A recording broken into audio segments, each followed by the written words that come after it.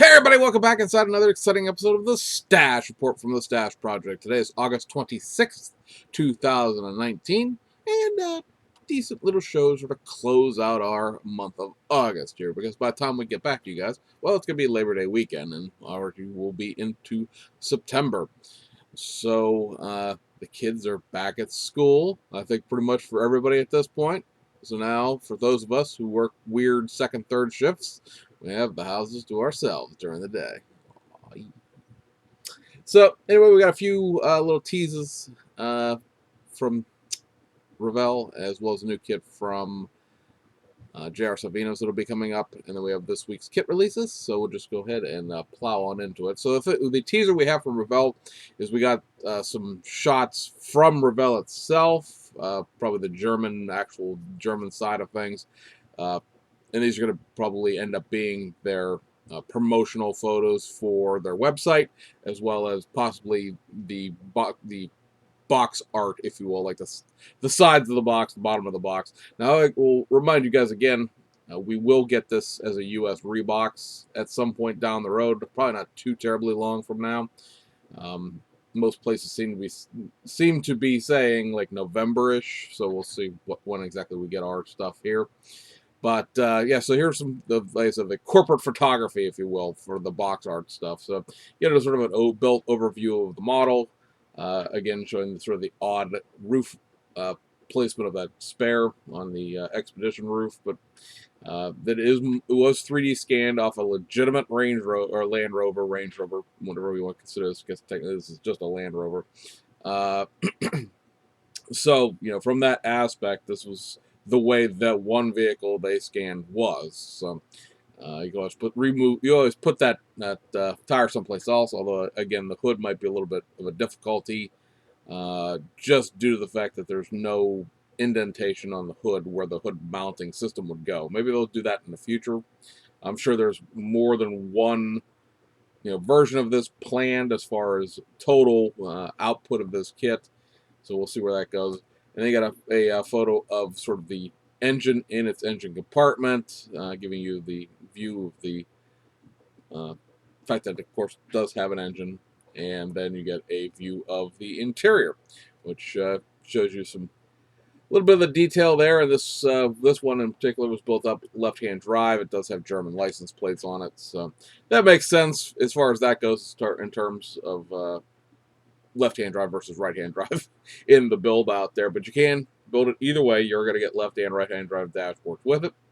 And over at Salvinos JR, they're announcing their next kit, which is going to be the next in the line of these monogram reissues, if you will, with new graphics. And this is going to be the Rainier Racing Cale Yarborough Hardy's car, which we had told you guys was coming. So that they're taking pre-orders for that right now. More than likely will be out sometime in the month of September, I would guess. And so if you're interested in those, that is coming back out as well. It is kind of funny to watch some of the social media related to Salvinos, because obviously they don't allow negative comments to stay up on their social media. So it's kind of one of those things where you have to catch it while it's there. But I've seen a lot of people complaining that these are just monogram reissues. Apparently, people thought these were going to legitimately be like brand new kits, which is very amusing. I was just having a discussion with a friend a few days ago, just in terms of people's reaction to certain kits being reissued. And while I realize that not everybody has either the time, inclination, or given like that I do about this stuff, why I'm doing this web show and you're not, it's very amusing the people that have been in this hobby for like their entire lives, and they like to point that out to anybody who even won't listen, let alone will listen. They just seem to have like no, I don't know, concept of how the hobby works in that sense. Like, you guys, obviously, from watching here, are some of the half of the 1%, as it were, and so you guys know what these were, what they are.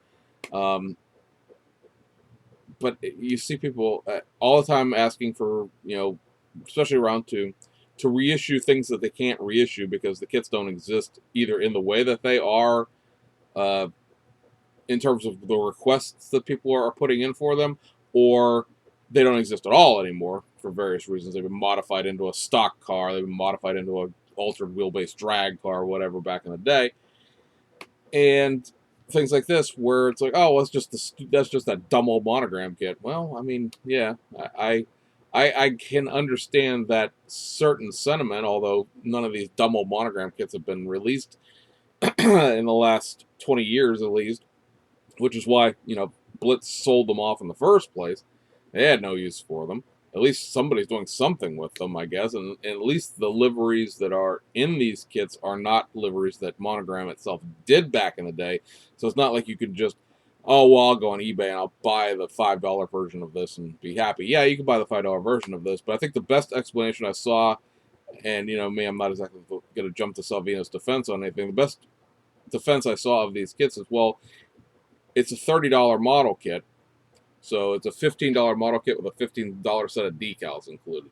Because you went out and you bought aftermarket decals, so that would end up costing you about $15 by the time you got them sent to your house. And I thought that's actually not a bad way to look at this, because I mean, it's is that a $15 model kit? Probably, because it's getting a little dicey to find the old notchback Monte Carlos. The Aero backs you can find pretty easily. Still, for some reason, they must have produced an extra run of those towards the end of the time the Monogram, or the Revell ran the Monogram tooling one last time. But when was the last time you, in the wild, and I mean not at a hobby show itself, but just at a hobby shop or in somebody's collection, have you seen a Buick Regal recently? I mean, there are a lot of them just because of how many of them were run in the 1980s. I mean, you consider those back in the days when, you know, 10, 15, 20,000 kits was a dedicated run. Of course, you're also talking about being in toy stores and big box retail and things like that. But I don't begrudge Salvinos for putting this stuff out, because first of all, they paid for it, they have to, and second of all, it's for this, there's a whole almost little corner of the hobby at this point that hasn't built these, or hasn't built them since they were kids like me. I mean, I wasn't in my formative 30-year-old age when these things came out in the 1980s. So I built them once when they originally came out. That's pretty much it. So I don't know. I just find it amusing that people who profess to love the hobby just so much, it's just, oh, they love it so much, and then they have absolutely not a clue as to what is actually going on in it. And I don't even mean from like the business aspect of it, but oh, I want to see this old MPC annual. Well, you can't. It doesn't exist that way anymore. It was done that way once, and then the next year, and then the next year, and then the next body style, and then now the thing sits as a modified pro stock, half nonsensical because it really isn't a pro stock dragster. You can't have it back. That would make round two retool it back to its original version that it came out originally, let alone all the years it ran as an annual kit. And I don't think you're going to make a case in round two that there are enough people that are going to buy the thing in the original way. It just, we all like to think to a certain extent we're smarter than the people running the model companies, but yeah, you're not. So I don't know. Again, I understand that everybody wants to put in the time and the research, but if you're going to claim that this is your hobby and that you love it so much, having just a little bit of slightest idea of what's going on, might not make you look like such a buffoon when you post on the internet. So one other little tease that we got this week is this. This is from Belkits. They got in their final production test shot. Now, this is not the kit. It is not. I mean, this is the kit, obviously. But what they're going to do with this is put it together. And I know this is a real, mind-blowing observation to actually put together the kit. Now, everybody will be like, well, they build box art models all the time. Yes, they do. And there are some people that get what they call advanced press copies to review, and they put them together. But a lot of model companies, especially here in the United States, do not actually put together themselves the final actual production test shot.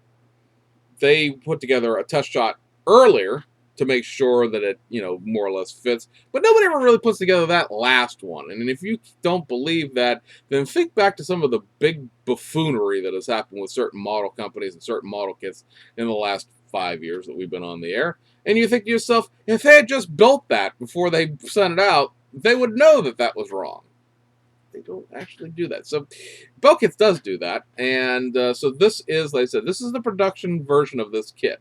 What you see in this picture is pretty much what you're going to get in terms of the model kit. But they're going to build it out, make sure it actually fits and goes together, and then, assuming everything is equal, then it will go into production. So again, assuming, and that's a big assumption because of what this is their first kit that's going to be full detail. This has a full engine in it, and the way this car opens up in real life is the entire back hatchback comes open like this, and that's how you access the engine. So there's going to be basically a whole hatchback piece that goes on the back of the car that, looking at that body, you can't really tell, that's separate so that you can access the engine, I believe. I don't believe they're molding it in place, at least not with the way that it looks from this angle. But like I said, it does have a full engine in it, regardless as to whether or not the back of it actually opens or not. But it's very important to them, especially since this is their first kit with an engine, that this actually fits before they ship it out. So you get two different versions of this. We talked about this when this kit was announced. You get the Rothmans Racing, so it'll be interesting to see if they include Rothmans liveries the way they did with some of the Rothmans wording on the Opel Manta kits. And then you get the CompuVision, the computer vision version. Both these are 86 rally kits. And they will come with photo etch. They'll come with like night racing parts, even though, well, I guess technically the computer vision does have night racing parts on it. And be a great addition to the Group B rally kits, as it were. This is something that in the past has only been available as a very, very expensive multimedia resin kit. I mean, granted, this is still probably going to be like a $60 kit, like most Bell kits are, but that's certainly that's less than half of what the resin version of this thing costs. And obviously, the resin version isn't going to be nearly as detailed, especially considering how old the resin kit is at this point. So, anyway, for people who have been waiting on this, that is exciting to see. Hopefully, it all goes together, and hopefully, they get it in production. If they can get it into production, this in September, we more than likely will get these, or at least Europe will. The United States has always been sort of dicey on Bell kits distribution, but should see these in Europe before the end of the year, possibly. So, be a second all-new tool kit out of Bell kits in one calendar year. So that's something they haven't managed to pull off before. So that'll be interesting to see if they can get it shipped before the end of the year. And I guess, guys, that takes us over to kit releases for this week.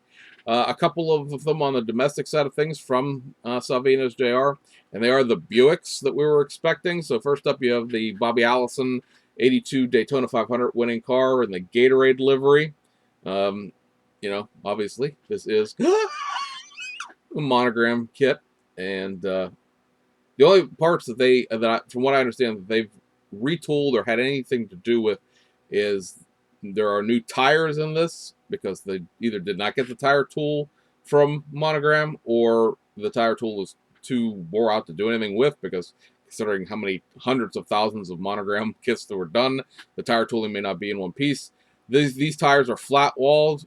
They do not have the raised Goodyear thing that the Monogram tires had back in the day. So you do have to use the tire decals. Hopefully they're actually in there this time. And beyond that, you really sort of kind of know what you're expected to get with. The other thing was they tooled up new, at least new front window glass. I don't know if the rear window was there or not. I don't know, maybe they didn't get the glass to this, or maybe the front window shield mold was too damaged to reuse. It's all speculation. I just know that there is a new windshield. For whatever reason, a new windshield exists. So that is out. And then the other kit that we were expecting, because it shipped just days later, is this. It is the Richard Petty 1981 Daytona 500 winner. And so this will have, of course, your missing Goodyear Eagle tire decals that go on the Richard Petty Oldsmobile kit that didn't have any from the controversy of the last couple of weeks. So that is back out as well.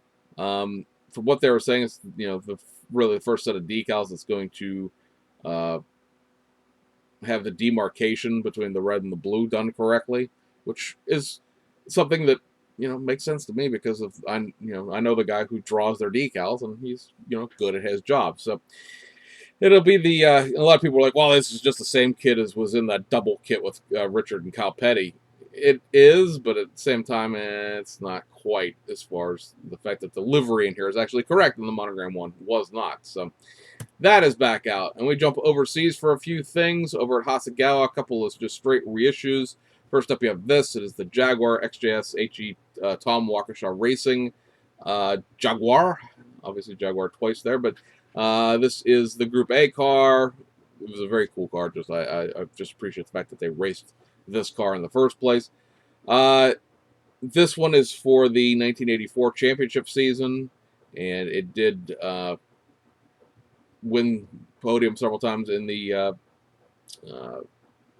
European Touring Car Championship. The car, as is done in the decals, is specific to the 24 Hours of Spa race that year, but it's also more or less the same livery they ran for the whole year and they won the championship with. So that is back out. And then also a straight reissue is this, the Lancia Delta HF Integral Evolution. This is obviously the street version of the rally car kit, and so curbside, it's a pretty nice kit despite that. If you're into Lancias, I guess. So that's back out as well.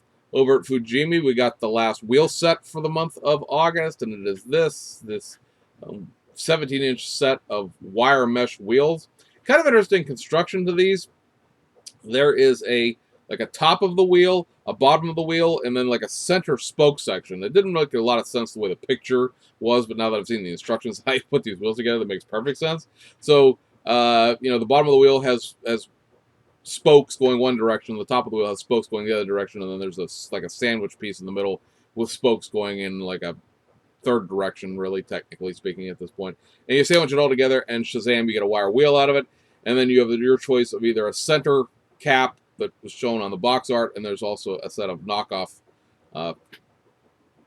tri-point knockoffs to put on there as well if you want to go with that style. So a couple of options there. 17-inch wheels, it's a little big for some things, especially in 1/24 scale, but I'm sure you can find a use for them should you so desire. They do come with tires.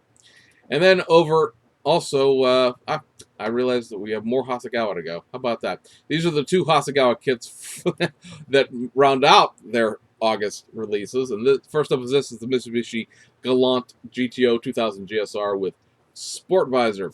So yes, this is a straight reissue, guys, of the Galant. You can build this kit either as the early version or the late version, and now those were separate kits in the past. So all of the parts to build either one of them are in the same box.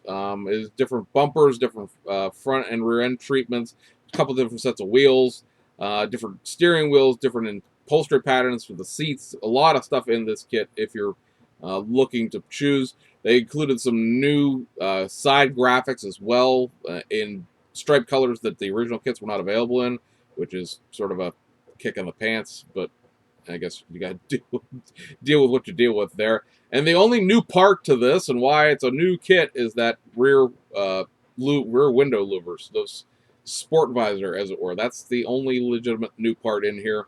Otherwise, it's the same old at this point, because it's been like at least almost a year and a half, I think, or maybe close to 2 years since the first one of those first came out.